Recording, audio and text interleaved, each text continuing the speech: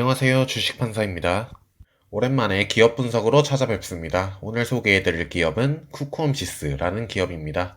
쿠쿠하면 많은 분들이 쿠쿠하세요 쿠쿠라는 광고와 밥솥이라는 단어를 떠올리실 텐데요. 사실 쿠쿠홈시스라는 기업을 바라보실 때는 밥솥이 아닌 렌탈이라는 단어에 초점을 맞춰 보실 필요가 있겠습니다.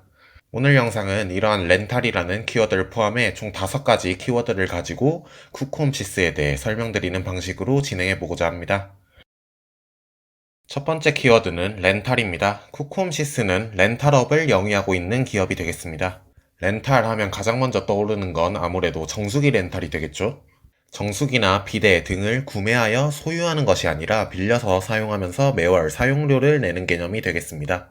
사회문화적으로 기존의 소유의 관점에서 인식되던 가전들이 점차 사용의 관점으로 초점이 옮겨지는 인식의 변화에 따라 이러한 렌탈 서비스들은 더욱 주목을 받고 있는 모습입니다. 렌탈이라는 비즈니스 모델은 기업 입장에서도 굉장히 좋은 구조의 모델입니다. 한번 고객을 확보하면 거기서 지속적으로 꾸준한 사용료 수익이 발생하기 때문에 수익의 지속성, 안정성, 예측 가능성이 생기게 되죠. 이는 기업 입장에서 굉장한 재무적 강점으로 작용합니다. 자, 그런데 렌탈이라는 사업이 그렇게 좋은 사업이라면 자본주의 사회에서 이런 사업을 가만히 놔둘 리가 없겠죠. 경쟁이 치열할 겁니다. 경쟁 구도를 살펴보면 이 시장에서 코웨이가 독보적인 1위 자리를 차지하고 있고요. 2위 자리를 놓고 SK매직, 쿠쿠홈시스, 청운아이스 이렇게 3개 업체가 경쟁하고 있는 상황이 되겠습니다. 이 4개 업체가 점유율의 70% 이상을 과점하고 있고요. 삼성과 LG 등도 가전 쪽 경쟁력을 바탕으로 렌탈 쪽에도 눈독을 들이고 있는 상황입니다. 4개 업체 중에 상장해 있는 기업은 코웨이와 쿠쿠홈시스 두 기업이고요. 코웨이가 1등 기업이기도 하니 이와 비교해보면 좋겠죠. PER을 살펴보면 코웨이는 16에서 17배, 쿠쿠홈시스는 11에서 12배입니다. 역시 1등 업체인 코웨이에 프리미엄을 더 주고 있는 건가 생각해볼 수 있겠죠. 그럼 여기서 1등인 코웨이가 무조건적으로 유리할까요? 패스트 팔로워라는 키워드를 한번 생각해볼 필요가 있겠는데요. 1등 업체가 선도적으로 시장을 개척해 나가며 얻게 되는 이점들도 많이 있습니다만 이와 함께 많은 시행착오와 어려움들도 겪게 될 것입니다. 쿠쿠는 1등 업체인 코웨이의 과거 전략들로부터 교훈을 얻어 시행착오를 줄이고 더욱 효율적으로 시장에 진입하는 패스트 팔로워 전략을 사용하고 있습니다. 이는 우리나라가 고도성장기에 잘 활용했던 전략이기도 하고요. 삼성 등 대기업들도 사용하고 있는 전략입니다. 뒤에서 해외 시장에 대해서도 살펴볼 텐데 미리 조금 말씀드리자면 말레이시아 시장에서 코웨이가 먼저 이뤄냈던 성과들을 이후에 쿠쿠홈시스는 코웨이보다 3년 더 빠른 속도로 이뤄낸 바 있습니다. 또한 코웨이는 이미 가지고 있는 파이가 큰 1등 업체이기 때문에 상대적으로 성장에 대한 상방이 크지 않다고 볼 수 있겠죠. 반면 쿠쿠의 경우 추가적인 성장 여력이 많이 남아있다고 볼 수 있겠고요.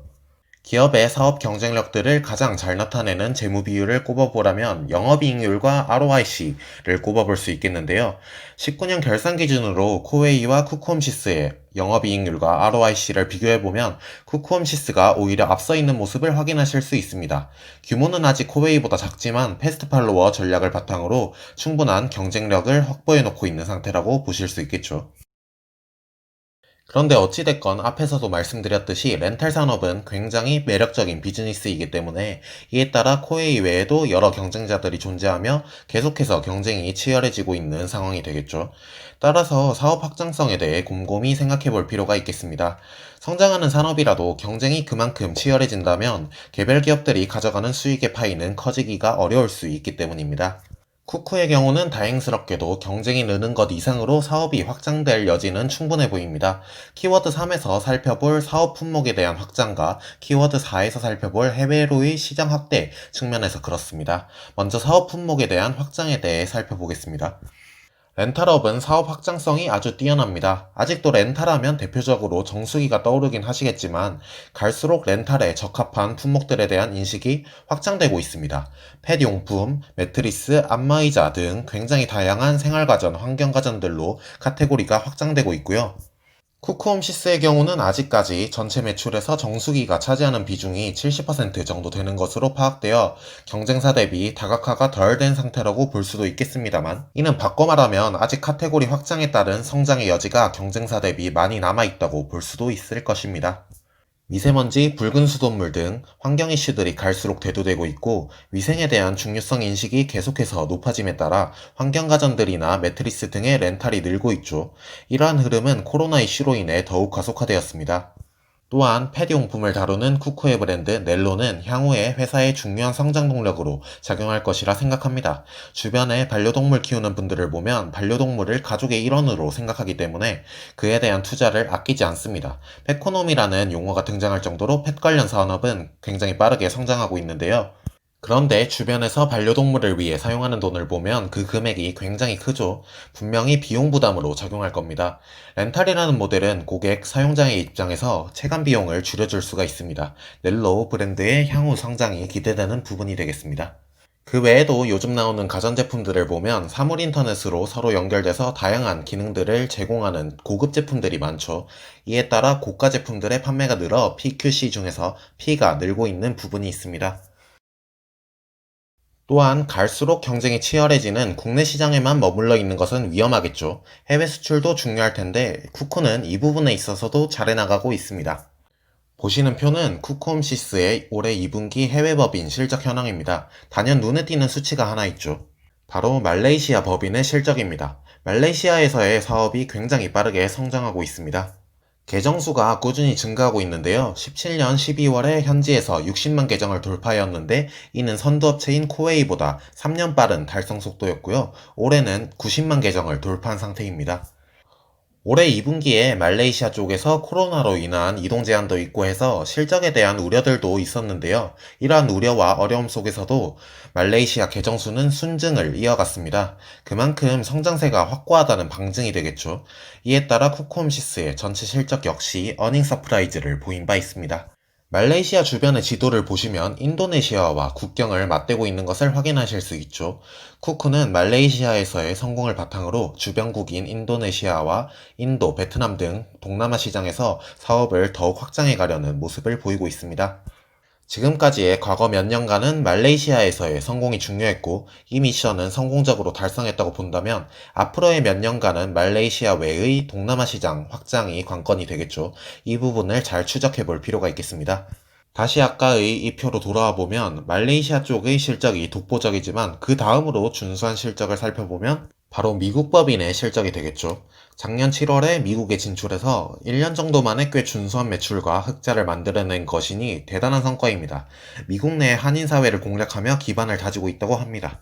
말레이시아와 미국 진출 모두 패스트 팔로워 전략을 통해 이루어진 것인데요. 코웨이가 먼저 진출해서 어느 정도 성공하는 것을 확인하고 보다 효율적으로 낮은 리스크로 시장에 따라서 진입하는 전략이 되겠습니다. 이쯤 되면 코웨이 입장에선 쿠쿠홈시스가 굉장히 얄미울 것 같기도 합니다. 본인들이 리스크를 다 짊어지고 애써 새로운 시장을 뚫어놓으면 쿠쿠가 따라 들어와서 결실은 나눠 가지니까요. 쿠쿠 입장에선 아주 영리한 전략인 거죠. 마지막 키워드로 실제 실적 성장을 살펴볼 텐데요. 일단 매출액과 이익들을 보시면 빠르게 실적이 성장해 가고 있는 것을 확인하실 수 있습니다. 다만 쿠콤시스는 17년에 회사가 분할돼서 실적 데이터들이 많이 없고 또 렌탈업 특성상 금융리스라든지 복잡한 회계 관련 내용들이 있습니다. 그런 점들을 감안해도 성장세가 도드라지긴 하지만 추가로 몇 가지 살펴보면 좋겠죠.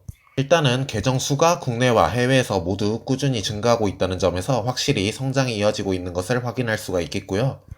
또 한 가지 현금 흐름이 턴어라운드 흐름을 보이고 있습니다. 렌탈업 특성상 먼저 많은 현금의 투자를 통해 영업 네트워크를 깔아둔 다음에 사용료로 들어오는 현금은 천천히 오랜 기간 나눠서 들어오는 특징이 있죠.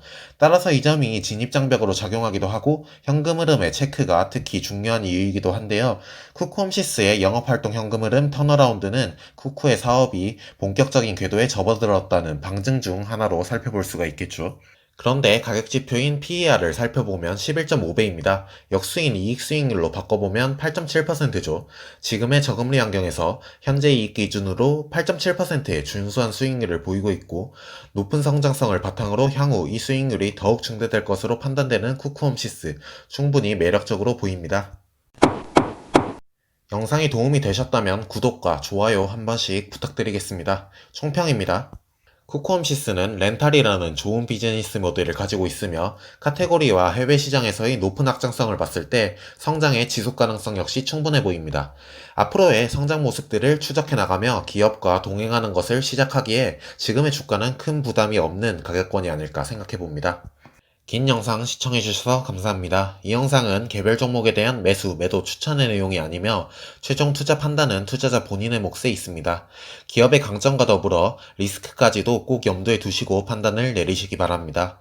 더불어 영상에서 다룬 쿠쿠홈시스에 대한 의견과 질문들은 환영하지만 이와 관련이 없는 주식들에 대한 질문은 받지 않는다는 점 말씀드립니다. 감사합니다.